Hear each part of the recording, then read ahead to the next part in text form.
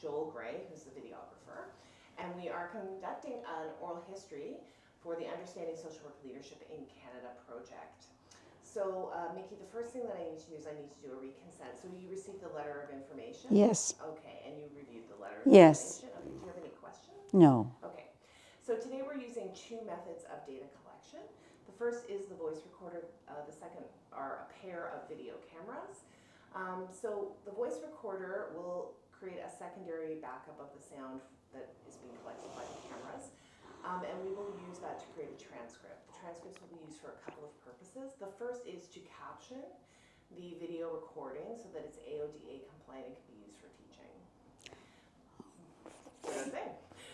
Wow, that's so cool. The second is that we'll produce a copy of the transcripts and provide those to you so that you can review them before you give us final consent to use your video.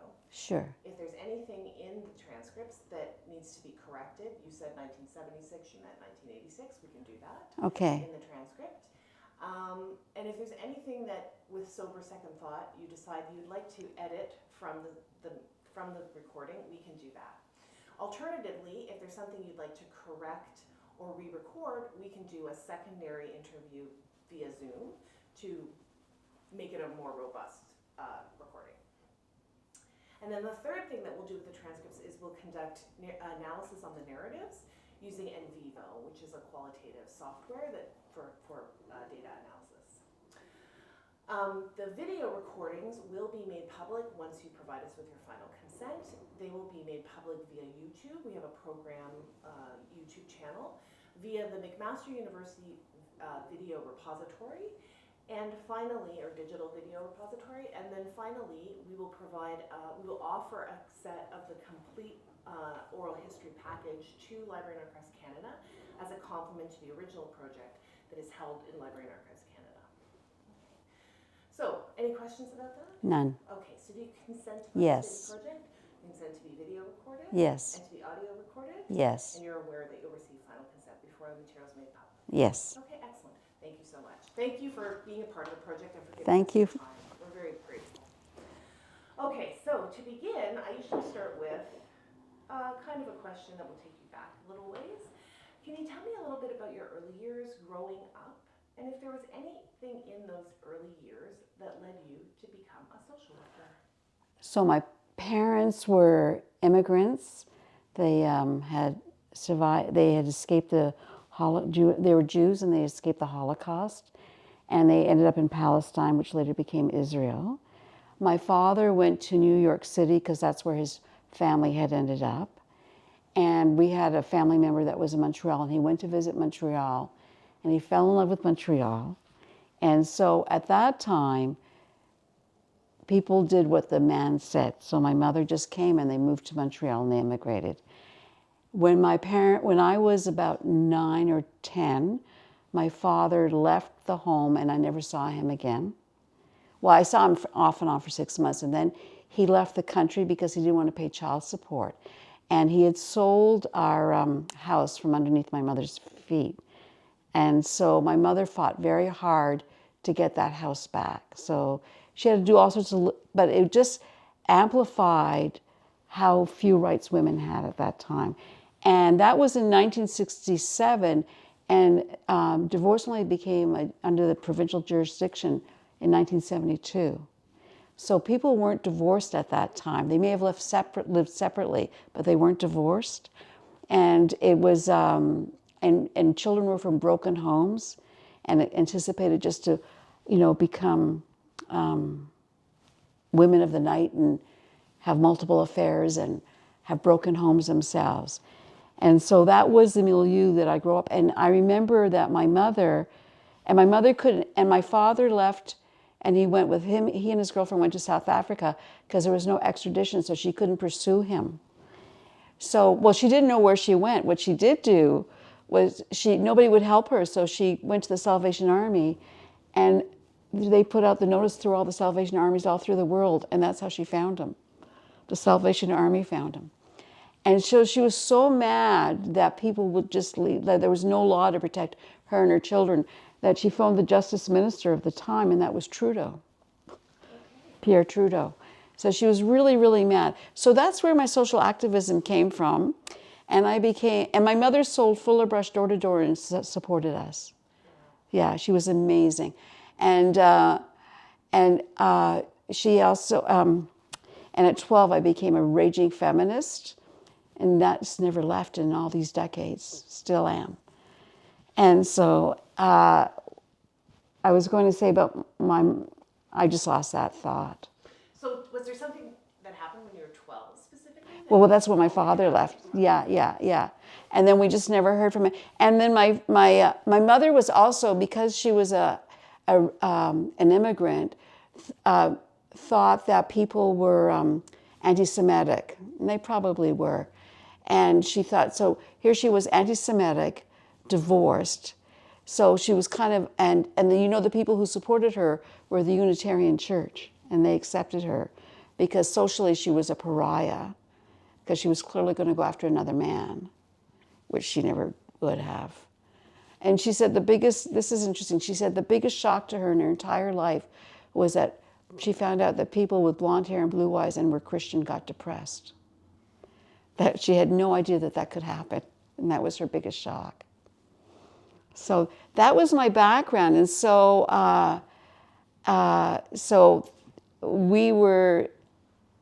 she said that she came from immense wealth and she was now in immense poverty. And so she said that the only thing that you can guarantee is your mind, and education was paramount. So that's all we had to do she was focused on us having an education. No, I can't remember the original question. Oh, that was my early years. So then I went into nursing, and that did not suit. I didn't know that. Yeah. And in fact, I was a licensed, and so I didn't finish the RN program, but I became an LPN, a licensed practical nurse. And all of those designations have changed over the years. And that's how I supported myself through McGill. Okay, wow, I didn't know that. Yeah. Just before we go on to speak more about education, what was Montreal like when you were younger? It was so fun. So initially I grew up in the suburbs, and I went to Cégep in the suburbs in St. Anne de Bellevue, which was shared with McDonald campus. And then when I didn't do nursing anymore, I actually failed out of the program, but I was able to do the licensed practical nurse because I had enough education and experience. And so then I went to Montreal, and it was fun. I had a really good time. Okay. So the interesting thing about Montreal at that time, and Quebec, was that's when the Bloc Parti Québécois was starting. And so the separation movement and the FLQ crisis happened when I was about 12, I think. And so that whole movement was starting. And when I was living in Montreal in the city, the Parti Québécois had won the provincial election. And my mother phoned and said, I'm coming for lunch to the city, and that was pretty unusual.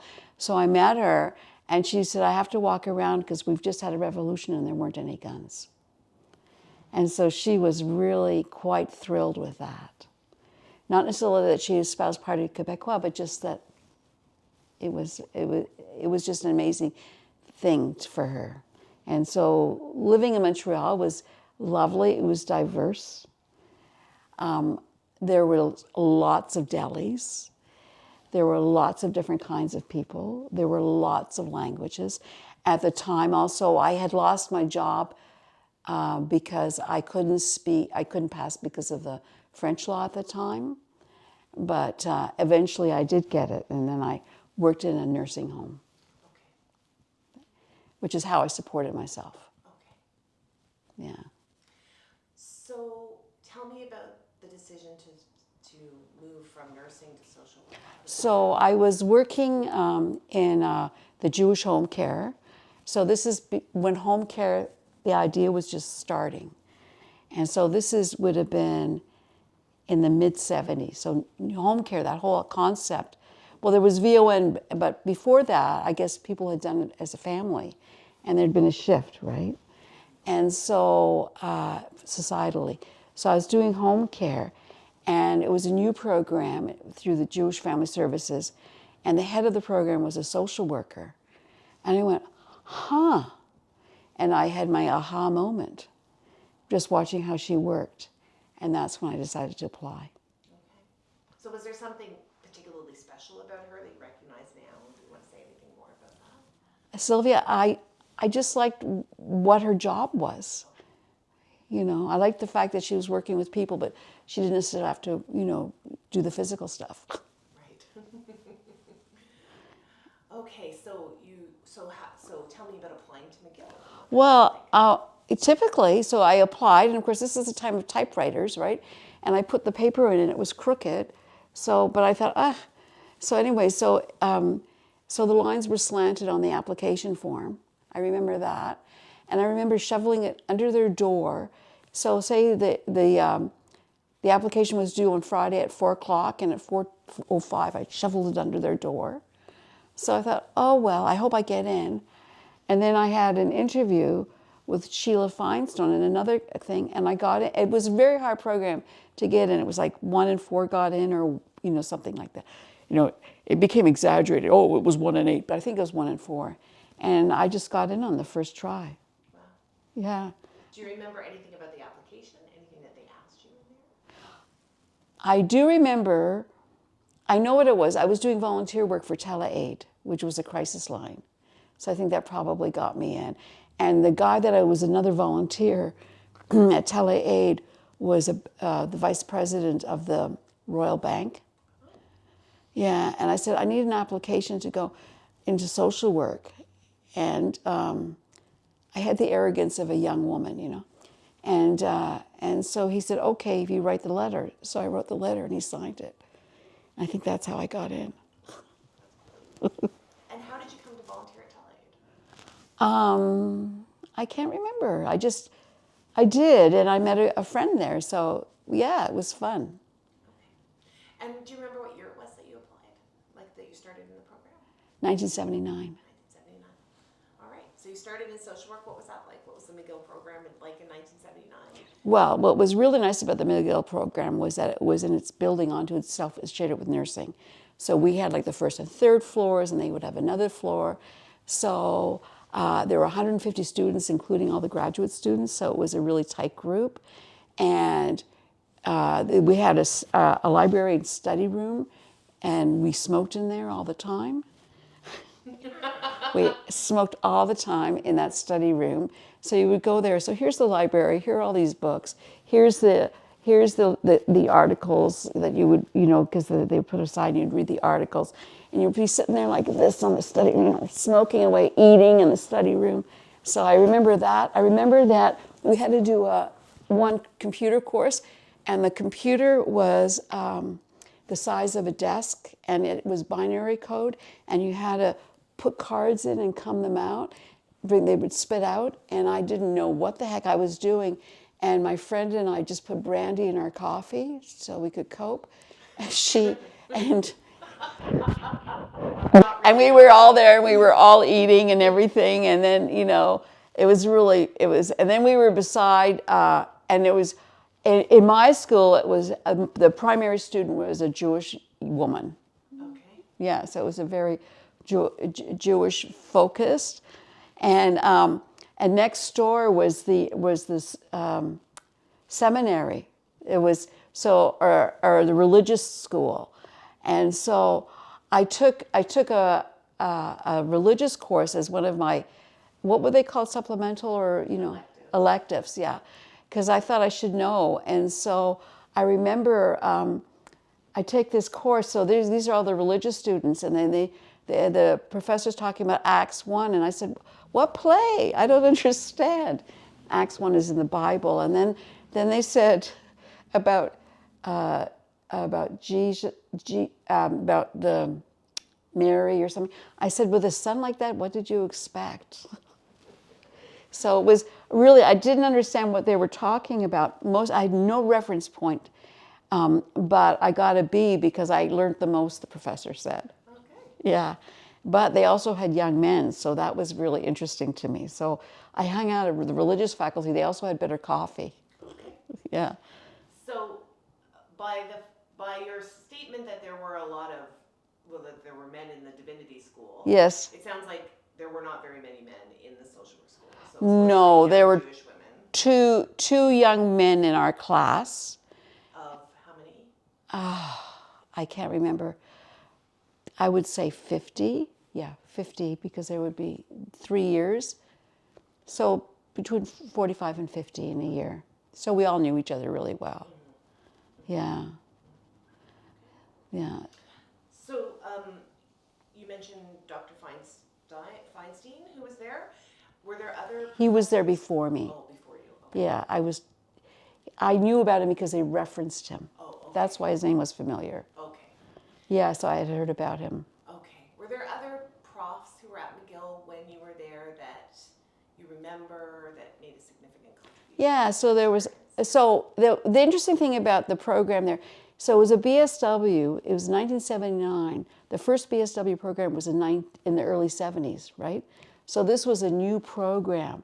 And there was so much discussion about whether the BSW was the same as the old MSW or what was better, you know. So there was a lot of that going on too.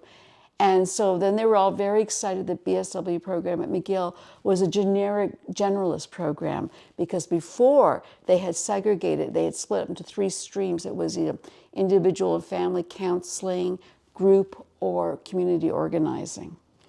And, but I they said there was generalist, but there was still the veering. So I sort of veered toward community organizing. And so I remember Pat Deehee, I think that was his last name, said that only a good social worker is always on the verge of being fired. So I took that to heart. But I was privileged enough that I could take that to heart. And then there was another professor, Trina, who told us that although we were paying for our education, and in Quebec we really weren't paying a lot, like it was $500 a semester for tuition, it was our obligation to do volunteer work for the rest of our career. So I also took that to heart. And but there are other. Do you want me to go on to the significance of the? Yeah, for sure. So the significance of the education was that I took a summer course just to fill in, to get the time in, because I was my schedule was kind of harried because I was working part-time, going to school part-time, and socializing part-time. So they were all like 1/3. And well, you can't leave the socializing out. And so I took a summer, I like taking block courses, and I took one so I could fit it in. It was on domestic violence, and that was my first exposure to domestic violence. And I think it was the first time the school was offering that. And what was also interesting is because I was doing community organizing, I never learned it was the individual and family that they sort of superficially mentioned sexual abuse of children. We never talked about that. Rape was sort of, sexual violence was sort of, but not really. So that was kind of a new thing. And there was nothing about grief or bereavement at all. Maybe that was in graduate work, but I don't know. So it was interesting so they were very excited. It was a new program. It was a pretty good program. But I do remember when I graduated, I thought, well, I'll just do this for a while and then I'll do something else. So that was sort of the theme. And also to practice in Montreal, we all had to pass our French, right? Okay. Yeah. And did you have field placement? Yes, I did one in community organizing and one in hospital. Okay. Yeah. Were they memorable?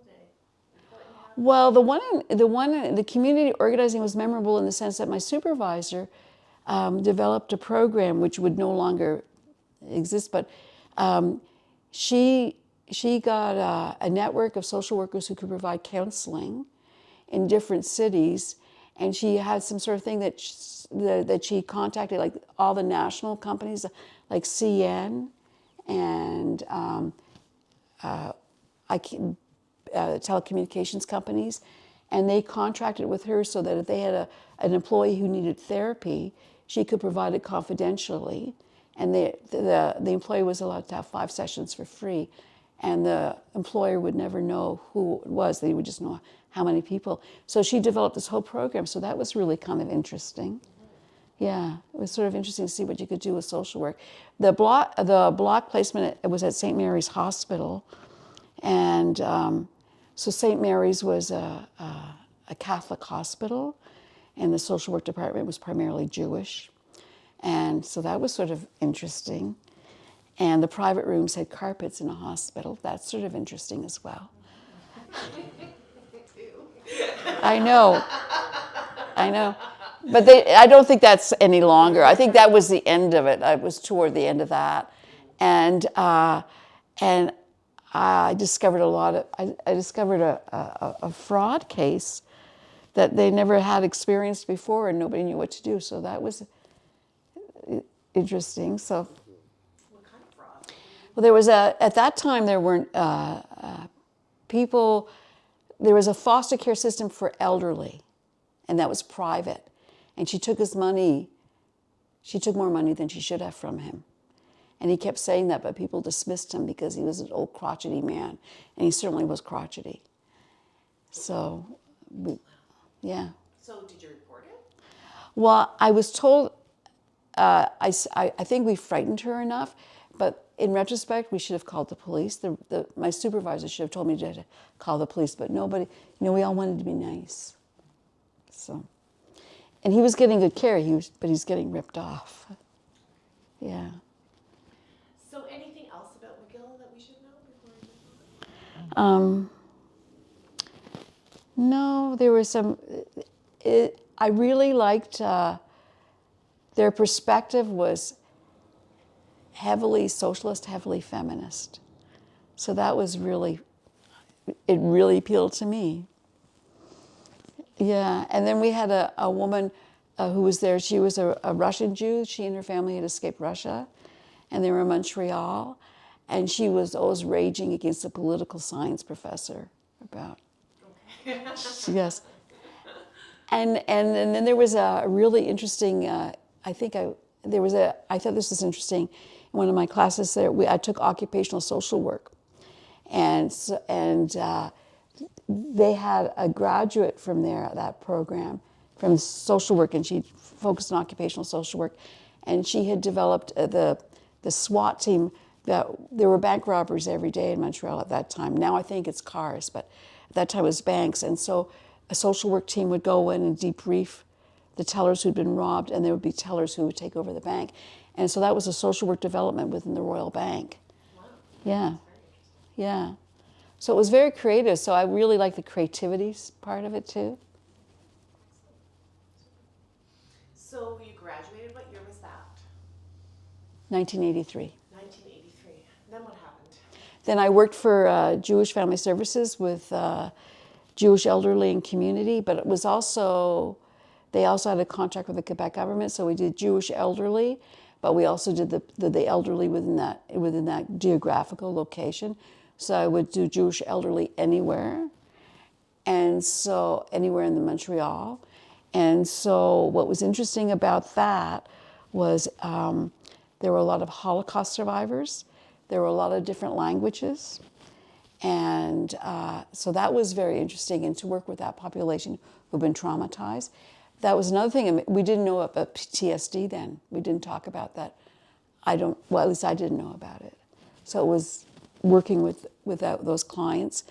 And so the only thing I knew about PTSD was what my mother told me.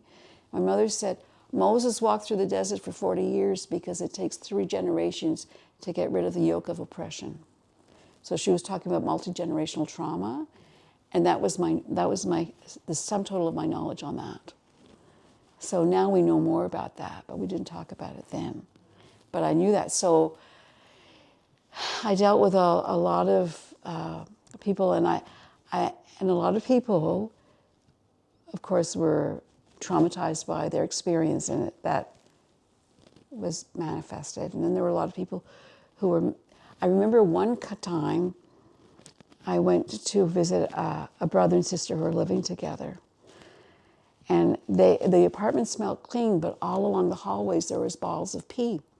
And they were enclosed, so there was no smell at all. And I said, what's with the bottle of pee? And they said, well, Michelle, you won't believe it. When we go to the bathroom, people from upstairs are watching us. And I said, oh. He says, it's terrible when people have mental illness. And I said, yes. And then I left them alone because there's nothing I could, they were doing fine. So I remember them. I remember a lot of Moroccan Jews. So they had a different kind of trauma. They were coming. And then I remember that because I was all fresh from university, I was working with a woman who had been a victim of domestic violence her whole life. And so I finally helped her get and leave him. And then he went and died, the bastard. So there was all of the ramifications of that and the ramifications on her daughter and the Jewish community just in shock that a Jewish man would beat his wife. That just was what kind of man? The rabbi was horrified and had a hard time believing me. Anyway, so then, so I'm working there and then I fall in love and my partner gets a job in Truro, Nova Scotia. So we moved to Truro and I get a job at Children's Aid, which was, at that time, was not private. I think so too. And so at that time, Children's Aids were not government, they were private, and they were contracted by the government. And here's my thing on Children's Aid. It's the job that requires the most experience, it's the most horrific job, and it's a job that only has new grads. And that's disgraceful. Because again, we didn't know about Indigenous culture, and the stuff about the residence school hadn't come out yet. So all we saw was a lot of sexual abuse and a lot of alcoholism in the Indigenous community. That was a lot of our work. And now they have their own social work agency, so that's good. But I'm embarrassed to look back and think of the things I thought and said. It's horrific. And really, there has to be a flip of the system where people who are retiring are hired maybe 1 or 2 days a week, and they do that work because it's complex and complicated, and it should not be left to new grads. Or at least there should be those people mentoring them. And then after that, I worked there for 2 years, I think. And in 1988, I started working in the hospital. And it was Colchester Hospital, then it became Colchester Regional Hospital, and then it became, Health Center or something ridiculous. And so a health center, really? There's people who are sick and dying in there, and they call it a health center? I mean, it's a misnomer for sure. Anyway, it's branding. Anyway, that's what it must be. So I worked for them for the rest of my career. So what was your first job at the hospital? So my first job was, I worked part-time for 5 years, and then I got a full-time job there. So when I got there, the social worker who hired me was wearing lab coats. Yeah, social workers wore lab coats in a hospital. And I came, and then we decided we wouldn't do that. I said the most important thing for me was that my outfit had a pocket. And after that, it didn't matter. So and she agreed, she was great. So from then on, we did not wear lab coats. So it was an option, it was considered cleaner, and you kept it. But, if you wear lab coats, an I and thou attitude. So my first job was helping people on the surgical floor make plans to leave, so the hospital, and help and support them while they were in hospital. So there were So back then when I started, somebody would be getting hip surgery and they would be in there for 3 months. Now they're in there for 1 day, maybe overnight. So, and I remember when I was nursing, people with cataract surgery had to sleep with their head between sandbags so they wouldn't move, and the lights were dim, and they were like that for days. And now you go in and it's a 20-minute procedure. So things have changed a lot in a good way. So that was my first job, and it worked out really well because I was having young children, and it worked out very nicely. And but I could go on every floor except psychiatry because they had a different funding source. And just to give people a sense of the context, so Colchester Hospital is, can you tell us about the population it would serve and the community that it's in and that sort of thing, so that folks have a sense of how it fits into the... So it's in the town of Truro. So initially it was just for the town, and it would serve rural folk. And rural folk were usually in a hospital longer because they didn't have access to services. There was no home care at that time. Or there was a home care starting, but it was limited. There was VON, which was not bad. It became bad because it became centralized. But it wasn't bad at that time. And so we were doing things like there was obstetrics and gynecology, there were hips, a lot of hip work, emergency, and I can't remember how many beds. The number of beds got less because there was more of a focus, became fewer because there was more of a focus on day procedures. Just remembered. So I remember that primarily the staff were all white. Okay. And we did have an Indigenous population, but there were no Indigenous staff. There might have been 1 or 2 people who were black in the kitchen, but the staff and the physicians were primarily male. And there was some old. It was the end of an era, so there was one physician, and we all smoked around the nursing stations too, eh? Right. There was still smoking going on here, and I had just stopped smoking, but there was a lot of, there was smoking everywhere, and so there was one physician, and he always liked to sit in the same place, so that's where I always sat.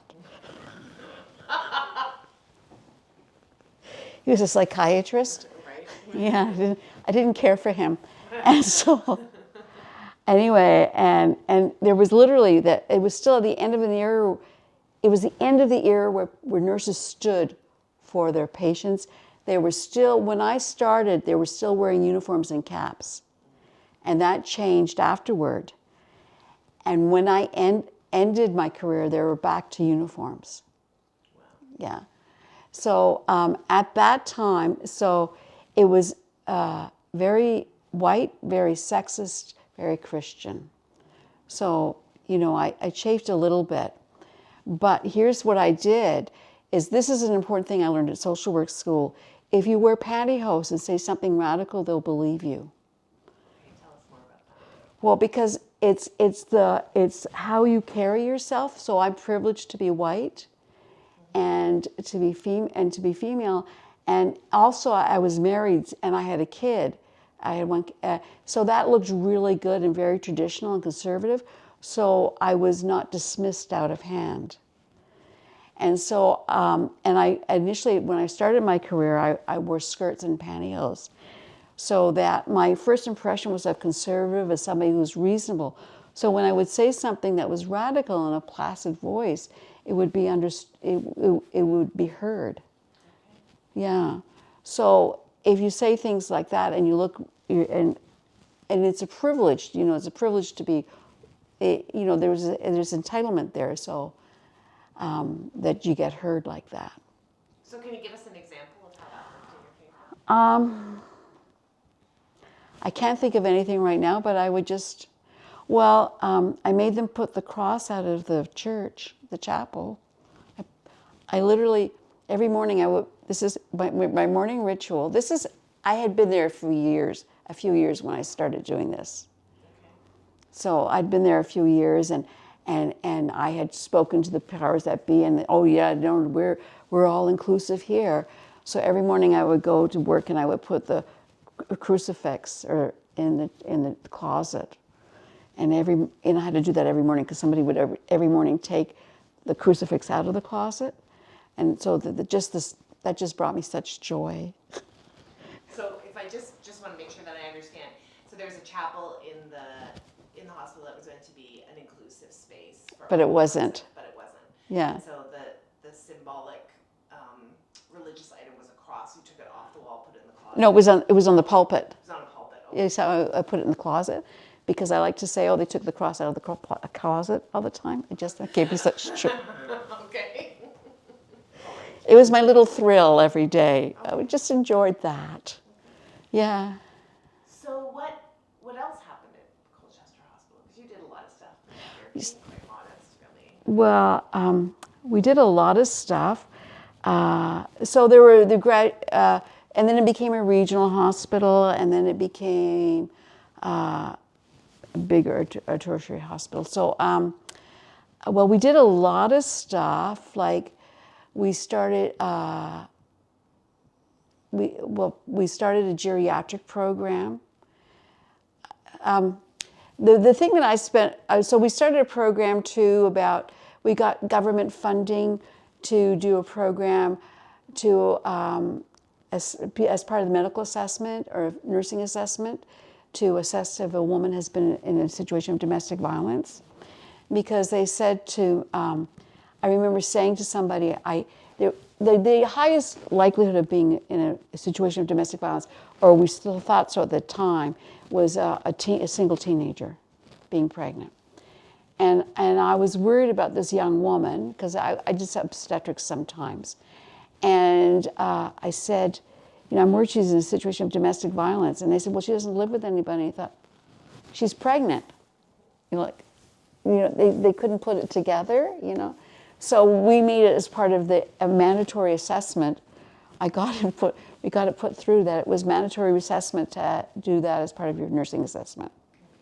So how did you do that? Like, what were the practicalities of that? Well, Elizabeth did a lot of that. Yeah. And the practicalities were, the form really didn't turn out to be that good, the one we developed that we thought was so good. But what it did do was disclose nursing staff that were in domestic violence situations. And so that was helpful for them. And it started bringing an awareness that nobody talked about before. So that was really good. So did you have to go to management to get the form approved? Oh, yes. Oh, yeah. But the manager was a nurse from Montreal at that time. So she was very supportive. And plus, we got a few political support, so that was good.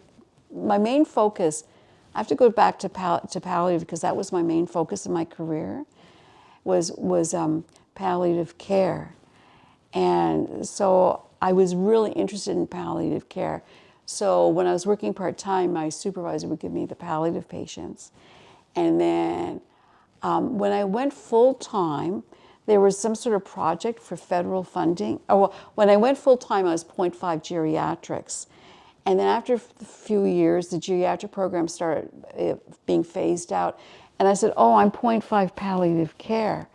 And I just kept telling everybody that till they believed me. And so I said, I'm 0.5 palliative, 0.5 generalist, for any other part of the hospital. And so I did that for 15 years, 20 years. And so when I was retiring, I had to go to management and say, that wasn't true.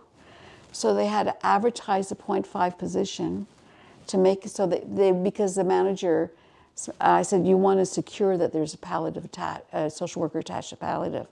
So they advertised the position and then I got it so that when I retired, they could advertise it as 0.5 palliative.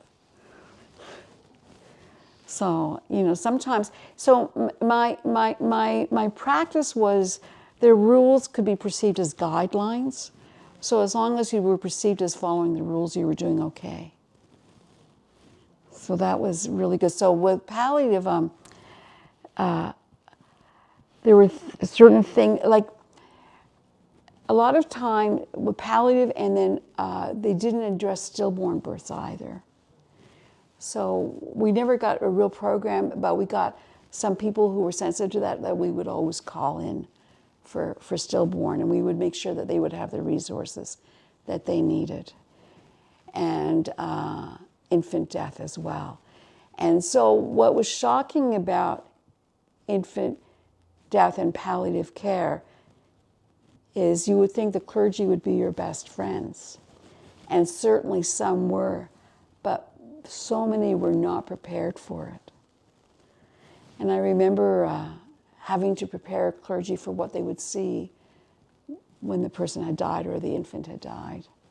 Anyway, so palliative, so I started with palliative care, and I just told everybody I was a social worker attached to palliative care, and there was a federal program, and they were doing a training in this area, so I got on that training. So there was two other social workers from two other hospitals and we did all the special training.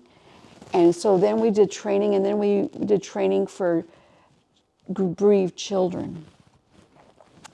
And so one of the things I did do so we did that training, and so one day I'm having a glass of wine with three friends, and we were talking about how, and one friend had a child that died, and she'd put the money aside that she got from life insurance to do something with it.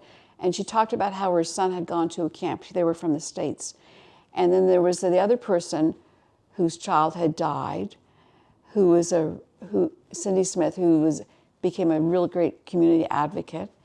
And there was me, and there was a bereavement person. And what happened was, we decided we would start a camp, and 6 weeks later we had a bereavement camp for children going.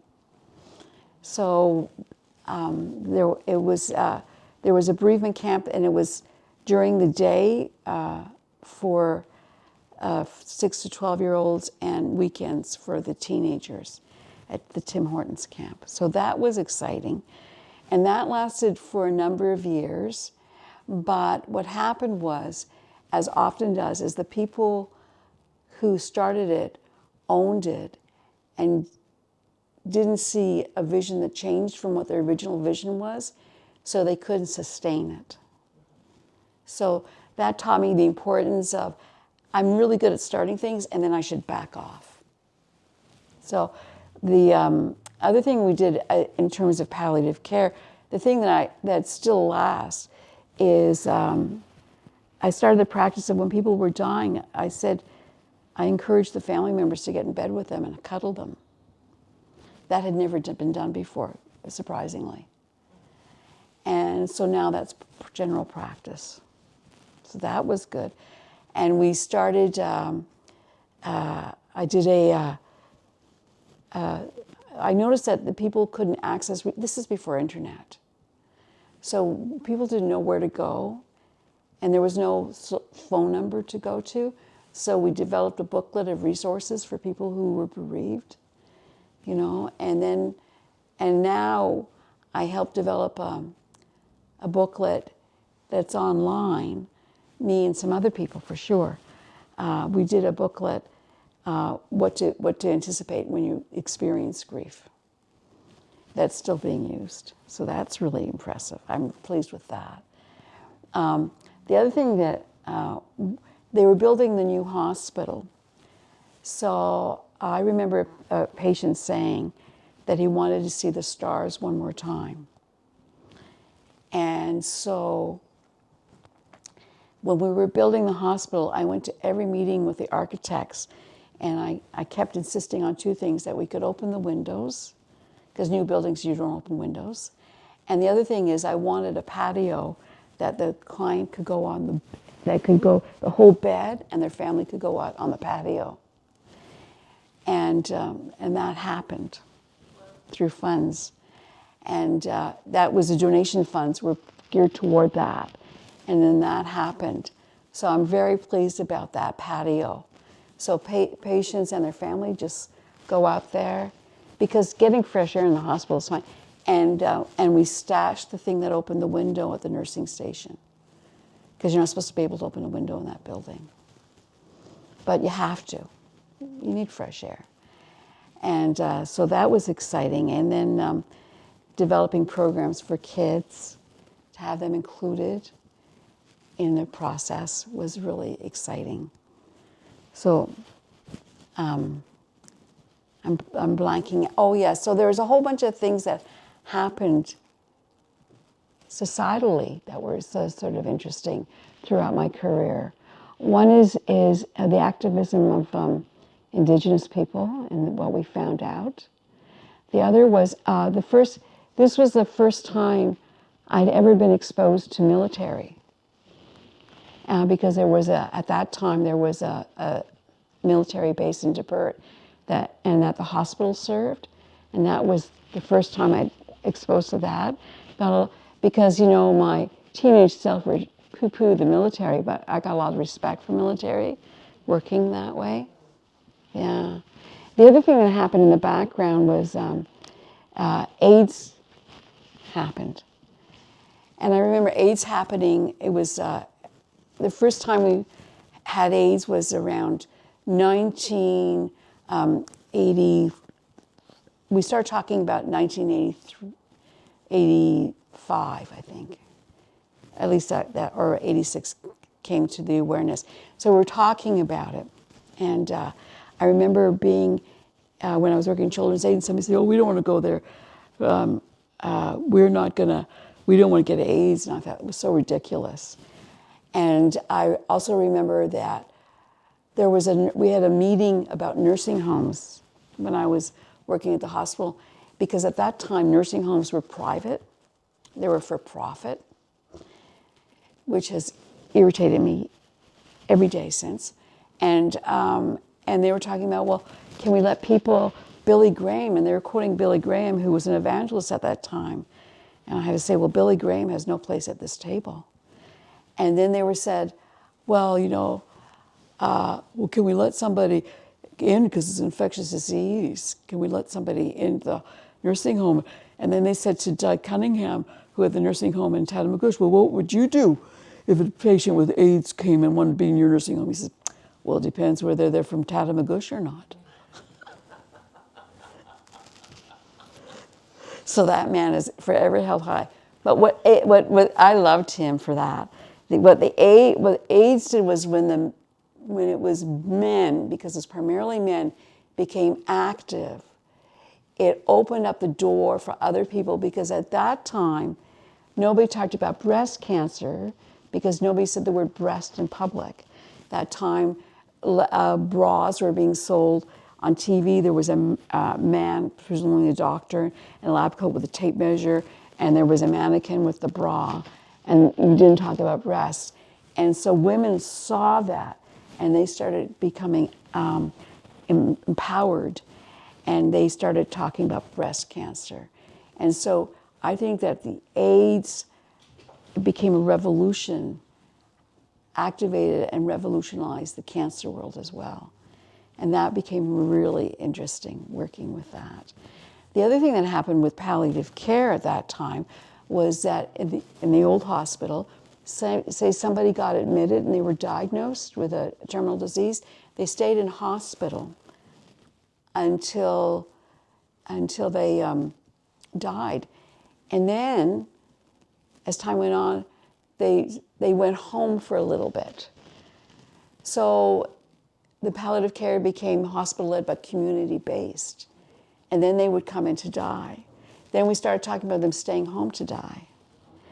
And then people started living longer. And by the end of my career, living with a palliative diagnosis was almost like living with a chronic disease. People would live for years with some of the diseases. And initially with palliative care, they had the 6 month if you're expected to die within 6 months, but we just gave that up because who knows, So that was an interesting thing. So working with people, anticipating their death in 6 months, but anticipating their death but not knowing when, but maybe it's in 2 years or 3 years, that is very complicated. And it's complicated for them, and it's complicated for their caregivers. Because for their caregivers, they want them with them. On one hand, they want them with them forever, and on the other hand, they wish they would die already so they could get on with their lives. So it was a whole shift. And the grief from that. And I left months before they instituted MAID. And MAID has a huge shift as well. So that was interesting. And anyway, it was just a whole argument about whether MAID belonged in palliative care, and I really didn't think it did, but anyway. So.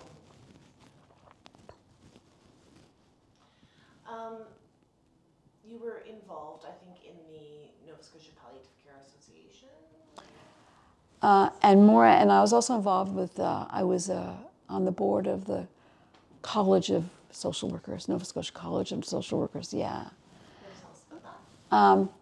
It was very interesting. So when I started my career and I came to Nova Scotia, there was a loose association of social workers, you know. You could join if you wanted to, but why would you join? Because it would cost money. And then it became a prerequisite to join to get a job at the hospital. And then slowly over a year, and you couldn't call yourself a social worker unless you met the educational criteria.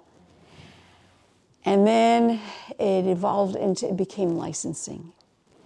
And they were trying to guard social work because everybody called themselves a social worker, and they weren't. There's an attitudinal difference and there's an educational difference. So it became a licensed program. And then I wasn't really part of once it became licensed, and there were things involved around that, but I wasn't part of that as much. But I just had a mind blip about something I wanted to talk about, the licensing. Oh well. Anyway, there was a lot of, there are people who call themselves social workers who, there was the interprovincial issue too, about people who call themselves social workers, and they live, and they graduate, say, in Alberta, but they're not really social workers, what we would call.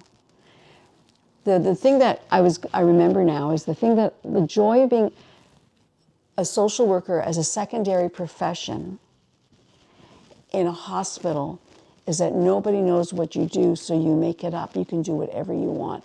And you say, that's part of my professional practice. And they say, oh, okay. So in fact, social worker was so low on the totem pole in a hospital that we didn't need a referral. A physio needed a referral. They don't anymore. But occupational therapists needed a referral. Speech path, psychology, but we didn't. So I would go and see anybody I wanted to. And so we would do a little bit of advocacy for people. And so that was, and that was fun. And we were just brazen about it. So there were things like, I do remember once somebody was dying, but the nurses aren't allowed to tell the person that they're dying, or the family.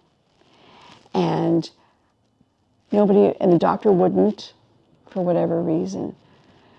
And so I walked in and I said, is this person comfortable? And they said, yes. And I say, have you seen a lot of changes? And they said, yes. Would it be surprising to you if we needed to get everybody here to say goodbye right now? And they went, oh. And so they got the message. And I didn't explicitly tell them, but I helped them get there. So I did that a lot. Because nobody was allowed, like, how awful for somebody to die and people aren't ready for it. So I would often do that. my funniest story, though, do you want to hear my funny? Yeah, okay. So, then they would always call me, okay, this is the thing that used to irritate me, is they always go, Michelle, you have to come, the family's dysfunctional.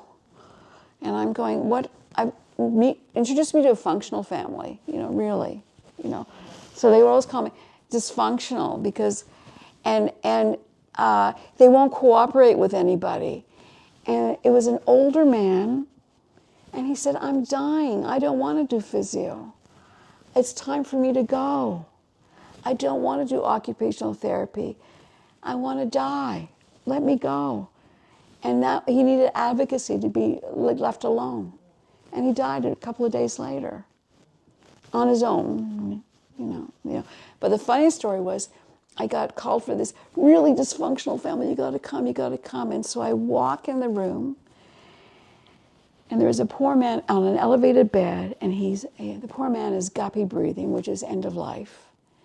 And sitting on the cot beside him, on the cot, which is way down here, is a woman with an applique cat on her sweatshirt. And beside her is this woman who's very disheveled and look very scruffy. She looks exhausted, a younger woman. And there's a woman sitting on the bed, shaking the patient, going, Daddy, you can't die now. This poor woman who's shaking them is really bronzed, has gold furniture, gold jewelry all over the place, and she looks like she's had a hard life. And so she's going, Daddy, and then there are 3 men standing there watching her, like that. So they say, do something. So I said, the staff were saying, do something. So I said, does he seem comfortable to you? And they go, yeah. And have you seen a lot of changes? And they go, yeah. And so we got there, and we got them calmed down, and they recognized he was comfortable. And I said, what needs to be done? Well, he had to stay alive because his other son was in prison, and they needed to get him out for a day pass to see him. I said, well, why don't you go do that now? And so they went off, and they were going to do that. And I sat down, and I talked to the woman, and the woman with the applique was his wife. And she says, Michelle, I've never seen that woman before in my life. It was his daughter from a previous marriage, but they hadn't been around at all. And so the shame of it is that we were all so caught up in the drama of this, is that when this poor man eventually did die, we've forgotten to make funeral plans because there was all this drama going on. So that was one story. Do you want to hear my stories? Okay. So another story is I got called because there was this woman and her husband had died suddenly. And he'd been brought to the hospital, and he had died before he was dead on arrival. And so she had been told, and she was sitting in the waiting room, and she didn't know what to do. And her brother-in-law her brother was with her. And she just said, I don't know what to do. And I said, so tell me about him. And one of the things that came up is that when she was distressed, he would always hold her hand. So I went and got casting material, which you have a lot of in the hospital, and we went to the morgue and we made a cast of his hand. Yeah, so that, because she was artsy, so she could do that. And I gave her extra casting material so she could do one of her children's and then they could do them holding hands. So, yeah. So that was, that's and then another story, I remember these stories because other people remarked upon them on the time, but that's kind of what was beautiful about palliative care is, one, nobody knew what a social worker did, and nobody wanted to deal with death, so I just did whatever I did that could support the patient. So one of the things that, yes, there was a family of 8 kids, and they had the gene that had cancer. Their mother had died. 5 of the kids had died. And one was in hospital. And she had never sought treatment because she was a single parent. And she came in for treatment after her son graduated from university, and she was riddled with cancer. But she didn't want to be out for the count for her son. And so she and her sister was getting a mastectomy as preventative. And she was in the our patient was in Truro Hospital, and the other patient was in Halifax Hospital. And all of a sudden, our patient became unresponsive. So I phoned the other hospital, but she couldn't. She had to be moved by ambulance. So we arranged a consult for the other patient in Halifax to come to the Truro Hospital to see a doctor in Truro, so that she could get an ambulance escort there back. And they said as long as she came back, they would allow that. So we created this fake consult in the patient's room, and so her sister was able to come and see her. And she said, "Look, Michelle, I scored a free lunch," because they gave her a baggy lunch. And then, so as this is happening, so I tell her sister, who's unconscious, "Your sister's coming to visit you." And she says, "I'll wear my violet pajamas." Wow. And so then she went, and in fact, the patient who was in our hospital lasted a few more weeks, but we didn't know that at the time. So yeah, I did have a doctor in the room at one point, so we got it covered, So, yeah, you gotta go with, I had and then we developed a program for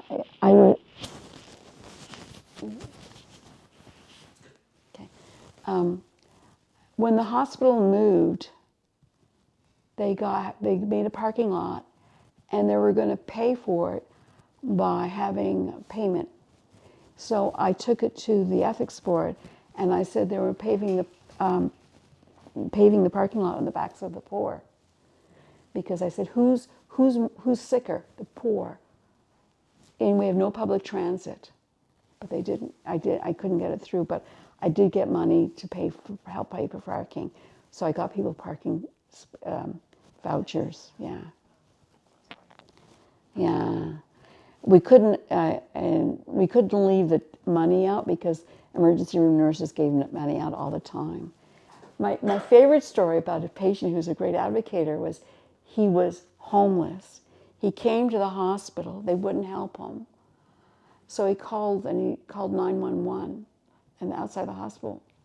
I thought he was brilliant. And they said, "What should we do?" And I said, "Feed him." So that was but emergency room nurses were kind of used to that kind of stuff, and they did that kind of stuff.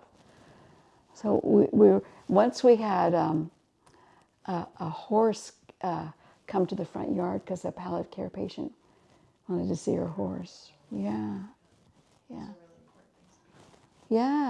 absolutely. Yeah, and we had people get married, and then there was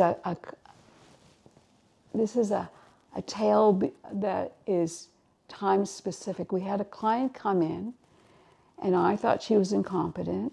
She colored and was speaking like, "Ah," and she lived with a man in a wheelchair, and apparently he was not very nice. And so I had her assessed, and she was deemed competent. So she went back home, and the following week the man came into hospital, and he had been giving him, he had pain in his stomach, so she'd been giving him her pills, forcing them in him, and tried to get the pain out with a knife. So the backstory to this is that this man was bipolar, had 7 children in New England, left the children, came here, must have had an episode, and ended up in the Nova Scotia hospital. This woman who had children, I don't know, actually, she did not have children. She was in the hospital, and she was schizophrenic. So at that time, we did not know about bipolar. And at the time, there was very little treatment for schizophrenia. So the two of them, because they were together, were allowed to get discharged and went off and lived on. So they lived on their own. And so she was quite, she was sweet, but she was mentally ill. And he turned out to be palliative. Now, two of his children, remarkably, were still in touch with him. And he ended up coming into hospital and he ended up dying. But he had disowned one of his children because his child was gay. And he phoned his son and apologized and told him he was very proud of him. And he died shortly afterward.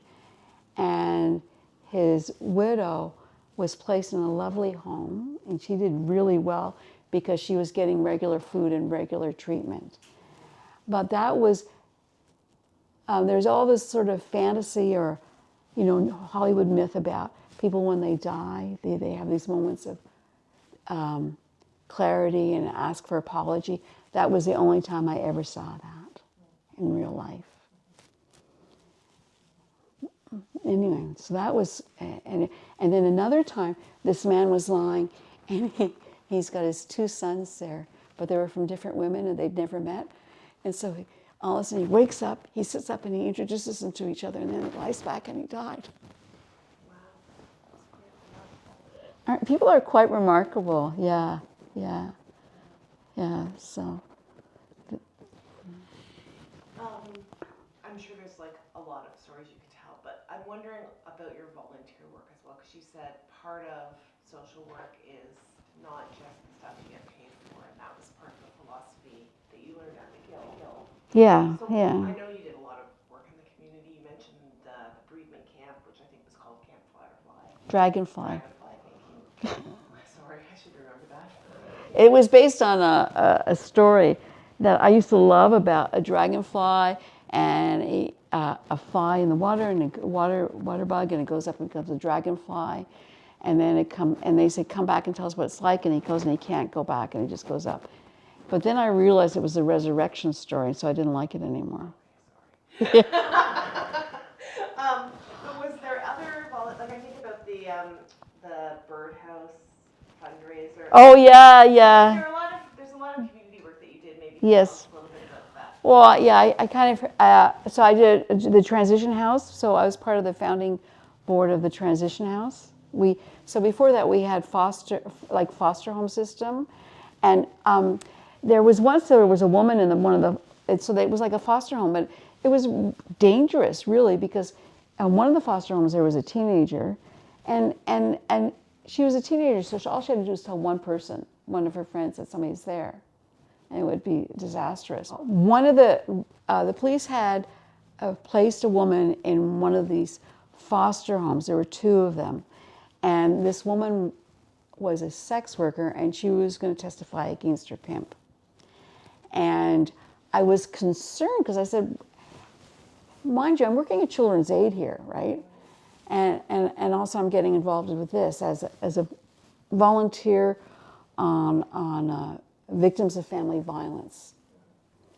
And so I asked the police, and I said, what kind of safety we have? Because the home that she was in, there was a teenager living there, and a teenager might innocently just mention to a friend that there's a woman living there or something of that nature, and it gets out, and she's quite vulnerable. The woman is vulnerable anyway, but she's, I'm worried about her safety. And the police weren't doing anything, and the Crown wasn't doing anything, and the province wasn't doing anything. So I phoned June Callwood, who founded Casey House in Toronto in honor of her son's memory. And she was an activist who had a column in the Globe and Mail. And I said, what do we do? And she lovingly, with my great enthusiasm, embarrassed our provincial government and our local government, because she arranged for the woman, the sex worker, to be picked up by a limo after she testified. And she was flown to Toronto, and there was a place there that was suited for her. Yeah. So I think it created an awareness for our local government. When you have to remember, when I moved to Truro, the chief of police didn't think women could be police officers. So things have changed, but that's what we were working with. And so it was important to get them to change by making them allies. So contrast that to the current chief of police, who insisted there be a pride parade. Yeah. Big difference. Yeah, the local mayor didn't want the pride parade, so the chief of police went to Al McNutt and said, who's a local activist, and said, why isn't there a pride parade? And he said, well, because the mayor doesn't want it. And the chief of police said, but I issued the permits. So there was a pride parade. And so I took my friend's 3-year-old grandchild, and we were in the pride parade. And he said, and then the next morning, and we were like, he was very slow, and because so we kept getting passed by all the other floats and everything, but we were going in there, and at the end of it, he says, I'm so happy I can love anybody I want. Yeah. Micki, was there other volunteer work that you did in the community besides working for Transition House? Yes. Well, so that was a global. That was an interesting committee that was victims of family violence, and then they started and it consisted of the police, which was really a nice, and local clergy. But so they evolved into the Third Place Transition House. They also were sharing. They would do case studies of shared clients, but then we couldn't do that anymore because of privacy laws, which was reasonable. I know I did. Oh yes, we got a daycare started at the hospital. Wow. And the daycare, part of the mandate of the daycare was that it could take children with disabilities. So there was that, and that there was subsidized so we got subsidized placements there. So that was really important. And what was really nice, okay, so this is a daycare. So it was a house on the property of the then hospital. And it had been used for the doctor and residents, but you know that system had changed. And so we changed it to a daycare, and the plumbers and the electricians and the cleaners from the hospital all did it free as part of their union. Wow. So because it had union support, that stuff was all done for free. Wow. Yeah. We did have to get a contractor because they couldn't do it all, but yeah. Amazing. Yeah. So that daycare was going for 25 years, and it just stopped fairly recently. But so it was really important to have day childcare for nursing and hospital staff who were working shifts, and that's what made it available. And my son was one of the first 3 people, our oldest son was one of the first 3 people at that daycare. Wow. Yeah. It was very neat. So we did the daycare.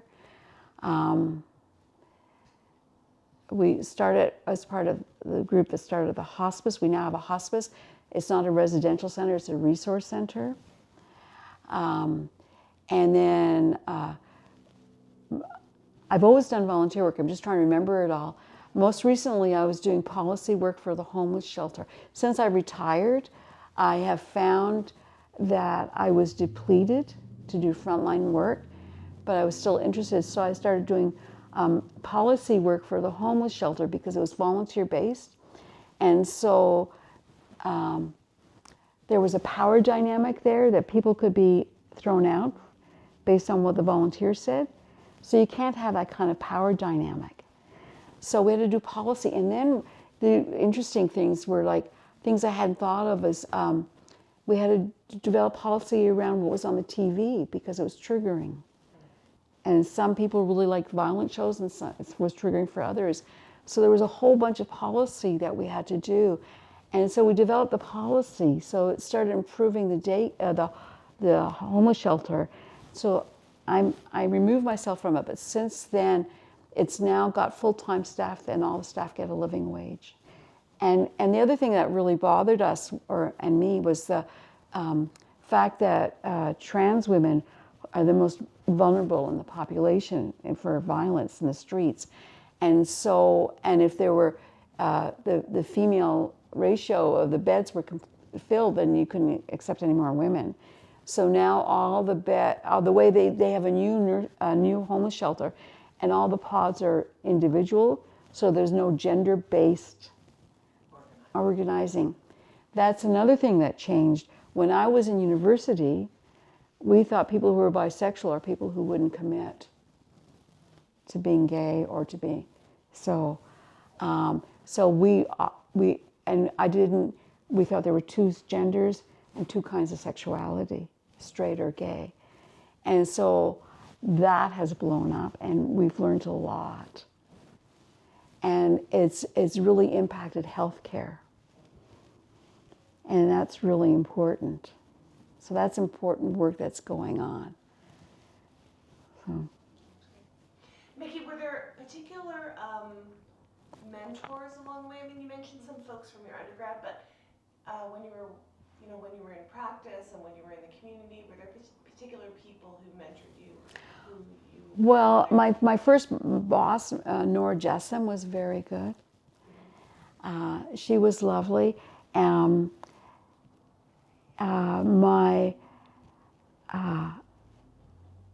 McKim, who was a nurse for palliative care, I liked how she coped with the patient. I found that I could do my work as long as it was patient focused. So, we used to say clients, but people preferred the term patient within hospital. So as long as the patient was at the center of the work, then it felt right. So you did with the patient. What happened was, and so we agonized about creating questionnaires that could tell us about the quality of their work for palliative care, and for geriatrics, we developed all. So the social workers and I, that were all doing geriatrics, organized ourselves so that we would have a common assessment tool and common ways of dealing with things, and through that time also nursing homes changed, right? They became the government was the people who determined, provincial government determined who went into which nursing home before it was municipal. And then in my, say, last 3 to 5 years of practice, it was determined the quality of care was determined by the length of stay. So the goal was to get patients out of hospital as fast as possible, and that was perceived as my job. And I was supposed to organize family meetings and get them out of hospital as fast as possible. And I had to fight that for 5 years, or 3 to 5 years, and it was exhausting. And it was a lot of fighting. And so it wasn't the patient that was as focused. They said it was. They said, it's better for the patient. I said, no, it's better for the hospital. That's what you're telling me. So they were just, and that ripped my soul out. And I think that the burnout for compassion fatigue and burnout usually happens at the beginning of a career. And as the literature suggests it happens in the first 5 years. And then you develop the tools and the strength to carry on and leave your work at work and come home and have your home life. But one of the things that can cause burnout is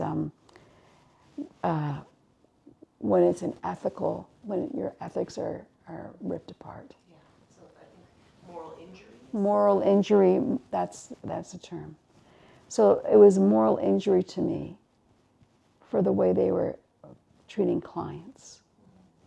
And it was just horrific, and my passion for the work left me. So until then, I had great passion because, we were doing things and we were creating things. And I didn't remember this, but when I was retiring, my supervisor said his favorite story was, we were a code orange is when there was an outside disaster, and you have to shut everybody in the hospital. So there was a train derailment in Stewiacke, so all the patients were coming to our hospital, and we did not know what we were expecting. So all the therapists and social workers were to meet in an area that was adjacent to the emergency. So we're all meeting there, and they're all talking about theories, and I said, I need crayons, and I need paper, because there are going to be kids on there, and I need this, and I need snacks, and I need water, and I need juice. And so they remember that, because they were all getting all kerfuffled in their theories, and I was getting down to the practical matters. And sure enough, there were children there, and their parents were being sent to an alternate hospital for emergency care. And so we were making drawings so that the mother could take it with them.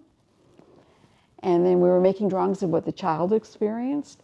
And then there was there was a person, and I was trying to find a wheelchair.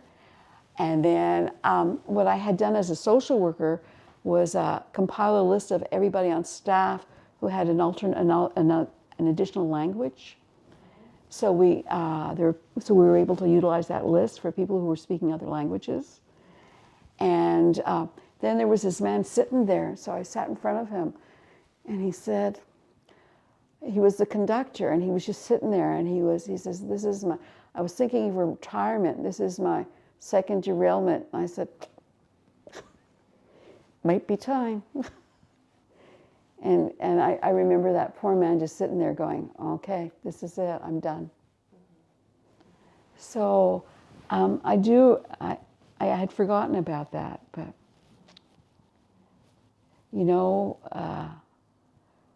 sometimes you can do the therapy later, you just got to be right there. And then I remember a time when a staff member's child died, and I wasn't involved. Oh, so the staff member's child died, and they called me. Even though I was hospital-based, they called me because the child had died at home, and they had tried to resuscitate the child, and he hadn't been resuscitated. He was a terminally ill child. So I go to the home, and they don't know what to do, and and there's another child there, and they want that child to see her deceased sibling. And so I said, there's no rush. There's no rush. This child does not have to leave the home. So that brought it all down, because they thought they had to call the funeral person right away. And then I called the funeral person, and I said, the undertaker, I said, do not put this child in a body bag. Get a blanket. And just by doing that, it just brought it all down. And so the little girl was able to wake up, and they were able to tell her. The parents had time to come catch their breath, and they all said goodbye to him. And then I said, let the family walk the child out to the... So they were able to do that. It still makes me cry a little bit. But, so there are things that you learn. Like, there was no rush. It already had. But the other thing about that is that we prepared the police officer for what he would see. So a little bit of stress inoculation, because he'd never seen a child who had died before. And they had to call the police because they had called the code. So anyway, so this was a nurse who was very supported by her colleagues. So they're all devastated by this loss. So the next morning, I went to the administration, and I said, this staff gets paid time to do debriefment. And you're responsible for making sure that the floor is covered so that they don't feel obliged to cover the floor so they can attend the bereavement. It's part of our union contract. And they believed me, and so it happened.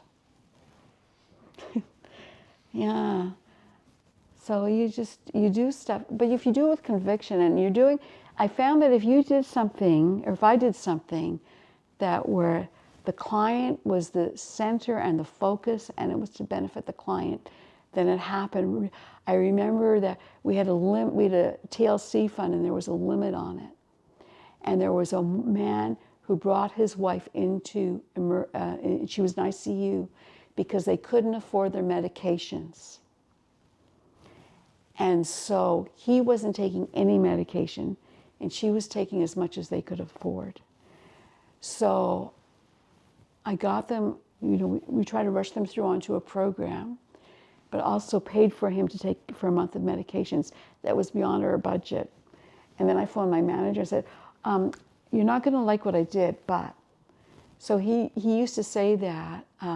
Thankfully, he was a social worker because I found the difference between having a social work manager and a nursing manager quite significant. And I said, I told him ahead of time what he could expect. So we blew our budget, and I said, we saved $500 a day for somebody not coming into our ICU. And he thought it was a reasonable expense. Yeah.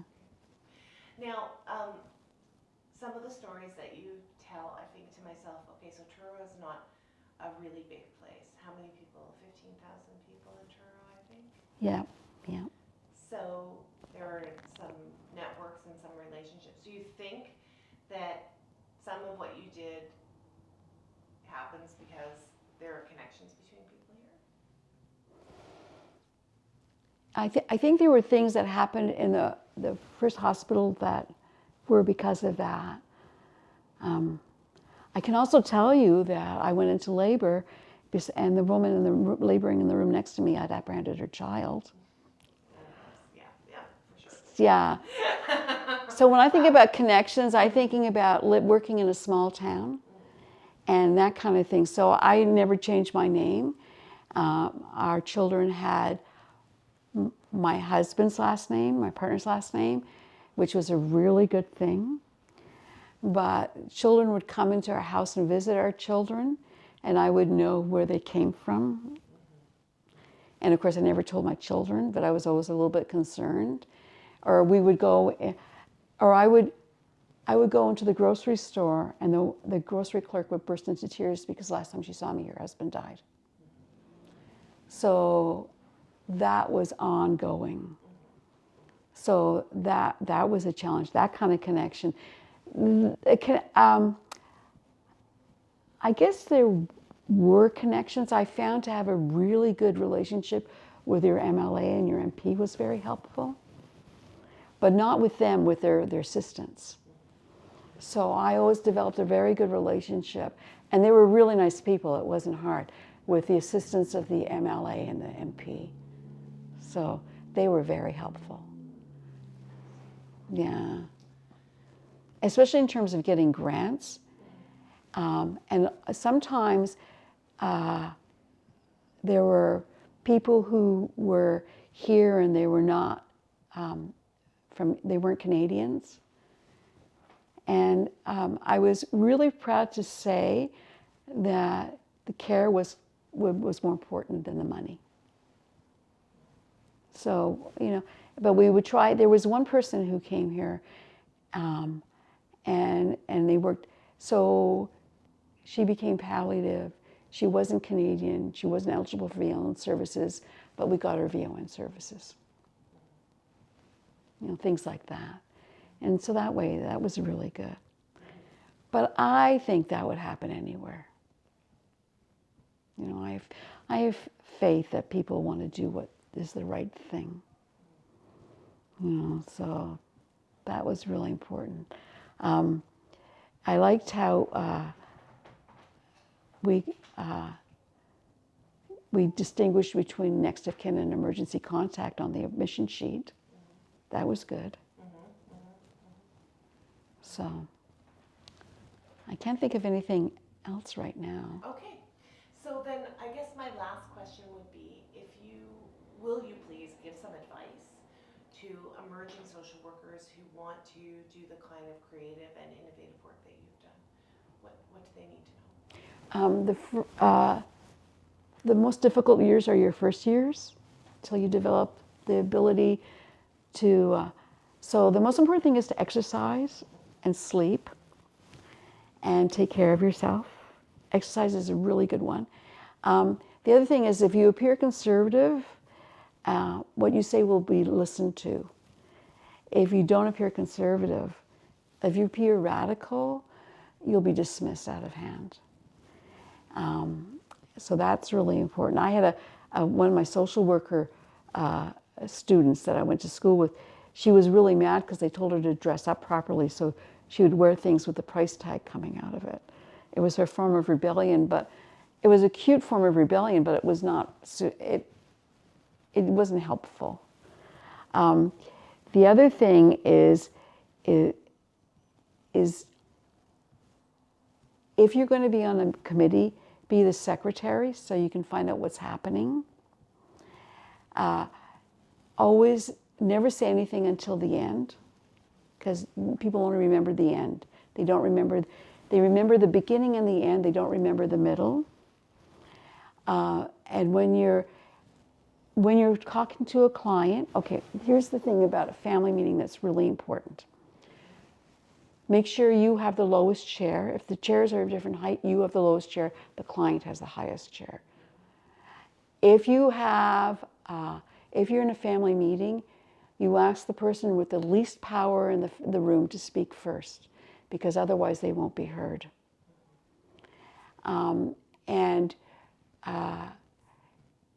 You invite the doctor to speak, and then you say, it's okay for you to leave now, because the doctor will take all the air out of the room. That's cool. That's a good one. Always. And I always say, we can call the doctor back if you want. Not a problem. But I know your time is really valuable. So, if you're welcome to leave. And God damn it, sometimes they didn't. But usually they did. And I would tell them, I said, don't worry, I'm going to give you an out. So that's how I would set up a family meeting. But it's really very, very important for you to make sure that the person with the least power speaks first. That when you have a family meeting, you have fidget toys for people, like paper clips for them to fidget with. That Kleenex is available. That everybody, you sit with your back to the door so they can see the door, so they know they can escape. And so those are really important things about family meetings. And the other thing is the most important thing I think about social work is to speak less than the client. I know this is shocking, but I think we talk too much. I don't think people hear you. I think most of the time our voices are like the Charlie Brown thing. So I always say the same thing 3 times, and then I write it down for them. And then, speaking of writing things, I remember a client when I was working in children's aid. Her children had been apprehended for a good reason, but her life had been horrific. So I started writing everything down that she'd experienced, and she was able to take this piece of paper and understand her life better. Just writing it down and seeing it in chronological order really helped her. Oh, and the other thing that's really good to know is if you have a palliative care patient and you don't know what to do, you start doing a timeline of their lives. And you do it in 5-year increments, otherwise people can't remember. And I think that in the end, all people would just want to know was their life worthwhile and meaningful. And also, nasty people die too. There are mean people who really die. There was one client whose husband was abusive and he was dying, and he was having a really hard time because he knew he was going to hell, if such a thing exists. And one time we had a client who was dying, and you have to be really small town. You need to be aware. He had raped somebody, and she was on the same floor. So we moved the floor. moved her to a better floor. So anyway, so for new students, it was a really fun career. And what was really interesting is when I retired, how long it took me not to say, when I introduced myself, that I'm a social worker, because that was my identity for so long. So to make sure that you have another identity. There. And are there any final thoughts that you want to share? No, I can't. Oh, yes. The most important thing to know is if you've noticed you've stopped laughing, you're in trouble. And you need to do something to change your life, because that's your red flag. And not that kind of morbid thing that where we laugh about at work, when we're getting really morbid, we laugh about things. That's really bad. Well, that's fun, but the really kind of wholehearted laugh, if you stop laughing, then you need to examine priorities. That's sort of a barometer of good health. Well, Micki, thank you so much for your time. Okay, thank you.